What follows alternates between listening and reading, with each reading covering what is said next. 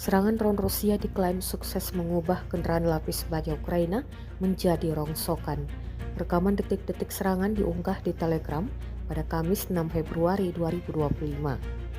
Dalam keterangan unggahan disebutkan, operator drone mengirim kendaraan tentara Ukraina menjadi tumpukan besi tua alias rongsokan.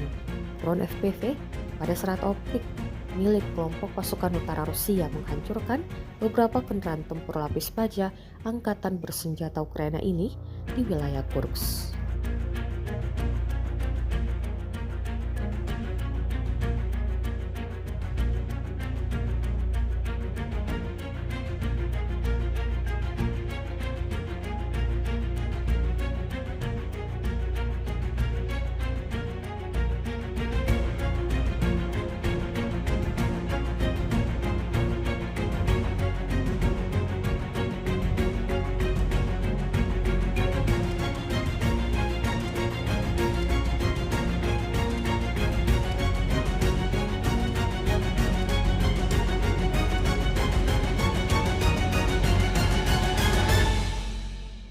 Download Tribun X sekarang, menghadirkan lokal menjadi Indonesia.